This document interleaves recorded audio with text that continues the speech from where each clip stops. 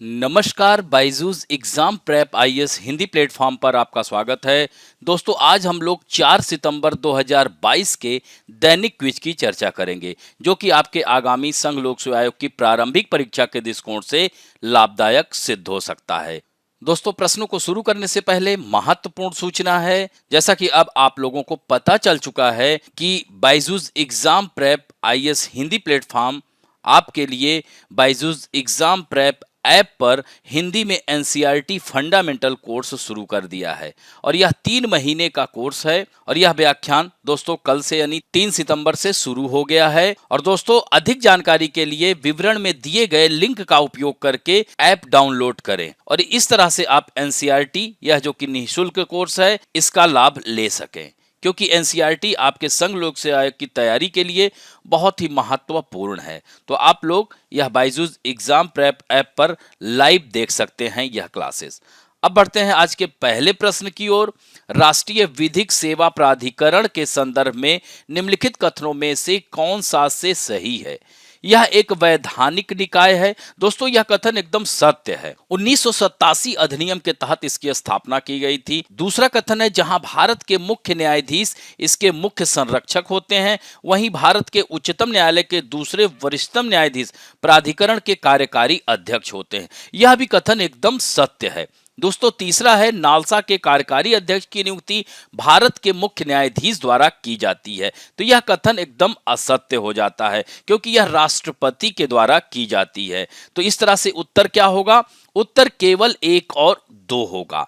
तो आइए इससे संबंधित खबर देख सकते हैं, द हिंदू में आई हुई है। यहाँ पर जस्टिस DY चंद्रचूड़ जी आपको दिख रहे होंगे। हमारे देश की नई राष्ट्रपति द्रौपदी मुर्मू ने न्यायमूर्ति DY चंद्रचूड़ को राष्ट्रीय कानूनी सेवा प्राधिकरण के कार्यकारी अध्यक्ष के रूप में नियुक्त किया है। और दोस्तों, यह पद खाली हुआ था UU ललित के स्थान पर, चूंकि अब UU ललित 49वें मुख्य न्यायाधीश हो गए हैं। तो यह नालसा का गठन कानूनी सेवा प्राधिकरण अधिनियम 1987 के तहत समाज के कमजोर वर्गों को मुफ्त कानूनी सेवाएं प्रदान करने के लिए किया गया है। तो यह ध्यान रखेंगे कि CJI जो होता है वह संरक्षक इन चीफ है, और जबकि अन्य कार्यकारी इसके अध्यक्ष होते हैं सुप्रीम कोर्ट के न्यायाधीश। तो DY चंद्रचूड़ अब बने हैं। दोस्तों, इसका कार्य, इसका उद्देश्य ही है नालसा का कि निःशुल्क कानूनी सहायता और सलाह प्रदान करना, कानूनी जागरूकता का विस्तार करना, लोक अदालतों का आयोजन करना, वैकल्पिक विवाद समाधान तंत्र के माध्यम से विवादों के निपटारों को बढ़ावा देना। अब बढ़ते हैं दूसरे महत्वपूर्ण प्रश्न की ओर। महिला क्रांतिकारियों और ब्रिटिश साम्राज्यवाद के खिलाफ संघर्ष में उनके योगदान के विवरण के संदर्भ में निम्नलिखित युग्मों पर विचार कीजिए। दोस्तों, वीणा दास यह बंगाल के गवर्नर स्टैनली जैक्सन की हत्या का प्रयास की थी। यह कथन एकदम सत्य है। दोस्तों, सन 1932 की बात है। कोलकाता विश्वविद्यालय में समावर्तन उत्सव मनाया जा रहा था और बंगाल के अंग्रेज गवर्नर स्टैनली जैक्सन उस विद्यालय में मुख्य अतिथि थे। इस अवसर पर कुमारी वीणा दास, जो उपाधि लेने आई थी, ने गवर्नर पर गोली चला दी। हालांकि गोली चूक गई और गवर्नर के कान के पास से निकल गई। तो इस तरह से यह इतनी निर्भीक आंदोलन करता थी और फिर इनको गिरफ्तार कर लिया गया। और दोस्तों, इस तरह से 1939 में जल्दी रिहा होने के बाद दास ने कांग्रेस पार्टी की सदस्यता की और 1942 में इन्होंने भारत छोड़ो आंदोलन में भी भाग लिया था। और दोस्तों, 1947 से 51 तक यह पश्चिम बंगाल प्रांत में विधानसभा की सदस्य भी रही थी। दूसरा है लीला नाग। तो इन्होंने ढाका श्री संघ के सदस्य के रूप में भर्ती होने वाली यह पहली महिला थी। तो दोस्तों, यह बंगाली पत्रकार थी। भारत की महिला क्रांतिकारियों में इनका विशेष तौर पर नाम लिया जाता है और भारतीय संविधान को मूल रूप देने वाली समिति में 15 महिलाओं में से यह एक थी। दोस्तों, लीला नाग का जन्म तो ढाका के प्रतिष्ठित परिवार में 2 अक्टूबर 1900 को हुआ था। तो इस तरह से इन्होंने ढाका और कलकत्ता में उच्च शिक्षा प्राप्त की थी और फिर धीरे धीरे वह मुक्ति संघ के संपर्क में आई और लड़कियों को शिक्षित करने के लिए दीपाली संघ नामक एक संगठन भी बनाया था। और इस संगठन की उन्होंने दीपाली स्कूल, नारी शिक्षा मंदिर, शिक्षा भवन एवं शिक्षा निकेतन आदि नाम से कई शाखाएं खोली थी। हालांकि बाद में अंग्रेजों की नजर में आ गई, फिर बाद में पुलिस की निगाहों से बचकर लीला राय मुक्ति संघ और बाद में श्री संघ के माध्यम से अपनी गुप्त गतिविधियों का संचालन करती रही। तो इस तरह से यह दूसरा कथन भी सत्य है। तीसरा है कल्पना दत्त 1930 के चटगांव शस्त्रागार कांड में शामिल थी। दोस्तों यह भी कथन एकदम सत्य है। कहा जाता है कि 18 अप्रैल 1930 को चटगांव शस्त्रागार लूट की घटना होते ही कल्पना दत्त कोलकाता से वापस चटगांव चली गईं और क्रांतिकारी सूर्यसेन के दल से संपर्क कर लिया और वह वेश बदलकर इन लोगों को गोला बारूद आदि पहुंचाया करती थी। और दोस्तों कल्पना और उनके साथियों ने क्रांतिकारियों का मुकदमा सुनने वाली अदालत के भवन को और जेल की दीवार उड़ाने की योजना भी बना डाली थी।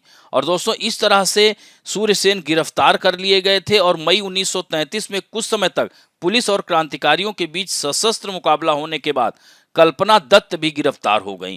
मुकदमा चला और फरवरी 1934 में सूर्यसेन तथा तारकेश्वर को फांसी की सजा दी गई और 21 वर्षीय कल्पना दत्त को आजीवन कारावास की सजा सुनाई गई।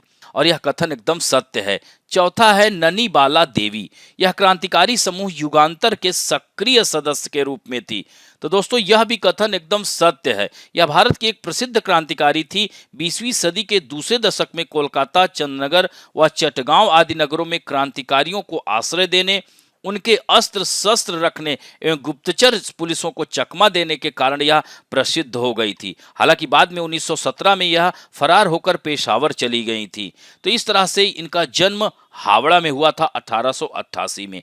तो यहाँ पर आप देख सकते हैं कि चारों कथन सत्य, अतः डी आंसर होगा। इससे संबंधित द हिंदू में आई हुई खबर है, book shades new light on Bengal's women revolutionaries. दोस्तों यहाँ पर बंगाल की महिला क्रांतिकारियों पर यह पुस्तक रोशनी डाल रही है। लेखक मधुरिमा सेन का कहना है कि अंग्रेजों ने उनमें से 200 से अधिक को सजा सुनाई और अन्य 900 संदिग्धों की निगरानी की गई थी। तो यहाँ पर देख सकते हैं कितनी महिलाओं ने इसमें भाग लिया था। तो ये देख सकते हैं वीणा दास के बारे में हमने बताया है, लीला राय के बारे में बताया है और इसी तरह से कल्पना दत्त और ननी बाला देवी के बारे में। अब बढ़ते हैं तीसरे प्रश्न की ओर। निम्नलिखित में से किसे क्वांटम कंप्यूटिंग के संभावित अनुप्रयोगों के रूप में माना जा सकता है?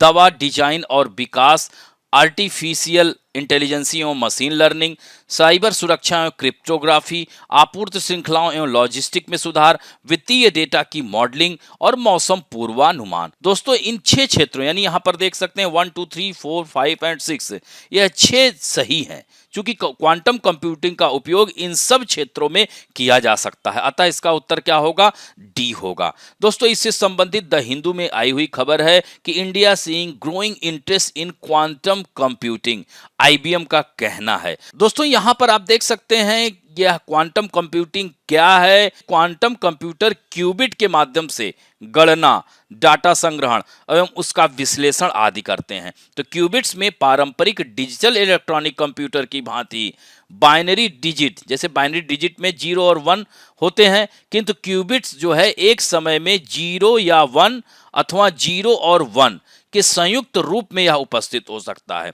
और दूसरी तरफ अगर हम देखें कि परंपरागत डिजिटल इलेक्ट्रॉनिक कंप्यूटर में बिट्स की तकनीक पर आधारित होते हैं और बिट्स में भी 2 ही बाइनरी डिजिट 0 और 1 होते हैं, किंतु बिट्स एक समय में या तो 0 के रूप में होगा या फिर 1 के रूप में होगा। और इस प्रकार क्वांटम कंप्यूटिंग में उपस्थित तकनीक परंपरागत कंप्यूटिंग से भिन्न और उन्नत है। और यह क्यूबिट जो है क्वांटम भौतिकी के 2 प्रमुख सिद्धांतों पर कार्य करते हैं, सुपरपोजिशन और इंटेगलमेंट।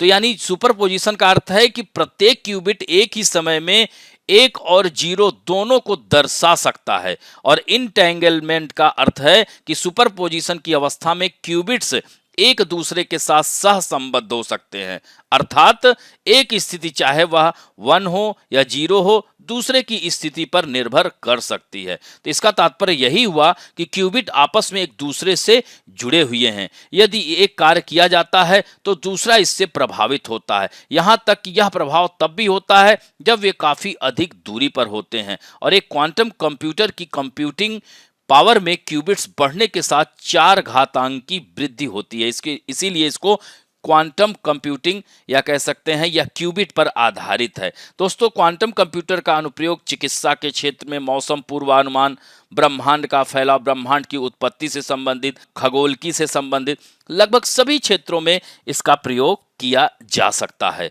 अब बढ़ते हैं दोस्तों चौथे प्रश्न की ओर। भारत का पहला नाइट स्काई सेंचुरी निम्नलिखित में से किस स्थान पर स्थापित किया गया है?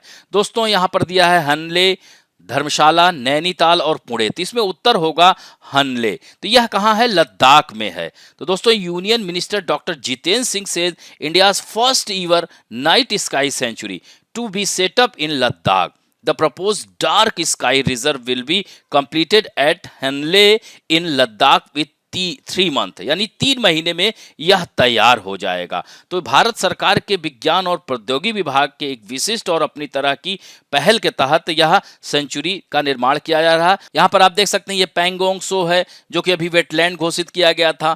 तो इस तरह से यह जो है चांगथांग वन्य जीव अभ्यारण्य के हिस्से के रूप में लद्दाख के हनले में इसे स्थापित किया जा रहा है। तो हनले कहाँ है? यहाँ पर है, आप देख सकते हैं। दोस्तों, इससे देश में एस्ट्रो पर्यटन को बढ़ावा मिलेगा और यह ऑप्टिकल, इंफ्रारेड और गामा रे टेलीस्कोप के लिए दुनिया के सबसे ऊंचे स्थलों में से एक होगा। और दोस्तों, यहीं पर डॉक्टर जितेंद्र सिंह ने यह भी बताया है कि केंद्र शासित प्रशासन लद्दाख स्वायत्त पहाड़ी विकास परिषद, लेह तथा भारतीय खगोल भौतिकी संस्थान के बीच डार्क स्पेस रिजर्व की स्थापना के लिए एक त्रिपक्षीय समझौता ज्ञापन पर हस्ताक्षर किया गया है। दोस्तों, एक और महत्वपूर्ण यह है, ध्यान देने वाली बात है कि डॉक्टर जितेंद्र सिंह ने लेह बेरी वाणिज्यिक वृक्षारोपण को शुरू करने के निर्णय के लिए लद्दाख प्रशासन की सराहना की है, जो पूरे क्षेत्र में काफी लोकप्रिय हो रहा है। दोस्तों, लेह बेरी यहाँ पर देख सकते हैं किस तरह है। इसका प्रयोग बहुत ही कह सकते हैं कैंसर, मधुमेह, यकृत की बीमारियों में यह रामबाण औषधि के रूप में जाना जाता है। और दोस्तों, लेह बेरी को स्थानीय भाषा में आमील कहते हैं। और यह लेह बेरी जो है उत्तराखंड के उत्तरकाशी, पिथौरागढ़, गंगोत्री नेशनल पार्क क्षेत्र में यह बहुतायत में पाई जाती है। और यह पौधा 2000 से 4000 मीटर की ऊंचाई तक पाया जाता है। दोस्तों, यह लेह बेरी एंटीऑक्सीडेंट और तमाम विटामिनों से भरपूर यह फल बढ़ती उम्र के प्रभाव को रोककर खून की कमी को दूर करने में भी सहायक है। इसे गोल्ड माइन के नाम से भी जाना जाता है, जबकि हिमालयन क्षेत्र में होने के कारण इसे हिमालयन बेरी भी कहते हैं। और दोस्तों, भारत के प्रधानमंत्री ने यह लेह बेरी के बारे में चर्चा की थी। तो यह महत्वपूर्ण है, यह प्रारंभिक परीक्षा में आ सकता है, इसे ध्यान रखेंगे। और अब बढ़ते हैं 5वें प्रश्न की ओर। दोस्तों, यह 2019 में आया हुआ प्रश्न है। राज्य व्यवस्था के संदर्भ में निम्नलिखित में से किस एक को आप स्वतंत्रता की सर्वाधिक उपयुक्त व्याख्या के रूप में स्वीकार करेंगे? दिया है पहला, राजनीतिक शासकों की तानाशाही के विरुद्ध संरक्षण, नियंत्रण का अभाव, इच्छानुसार कुछ भी करने का अवसर, या स्वयं को पूर्णतः विकसित करने का अवसर। तो दोस्तों, यहां पर उत्तर सही है, स्वयं को पूर्णतः विकसित करने का अवसर।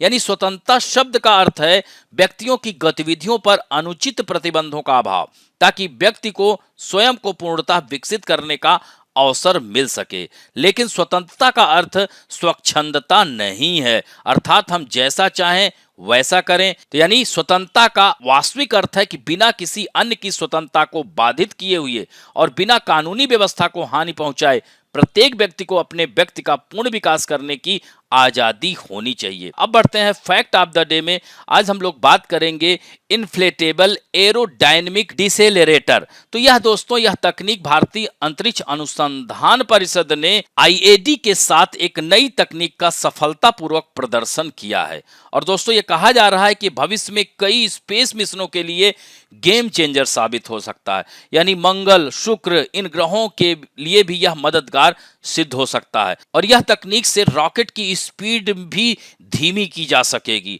और इस तरह से यानी रॉकेट की स्पीड को वैज्ञानिक कंट्रोल कर सकेंगे। तो यह इन्फ्लेटेबल एरोडायनेमिक डिसेलेटर को डिजाइन और डेवलप किसने किया है? विक्रम साराभाई स्पेस सेंटर ने किया है और इसे Thumba equatorial rocket launching station से लॉन्च किया गया। और दोस्तों, इसरो के अनुसार आईएडी की स्पेस स्टेज रिकवरी के लिए इसको बनाया गया है। तो दोस्तों, यह कैसे इसकी लैंडिंग हुई?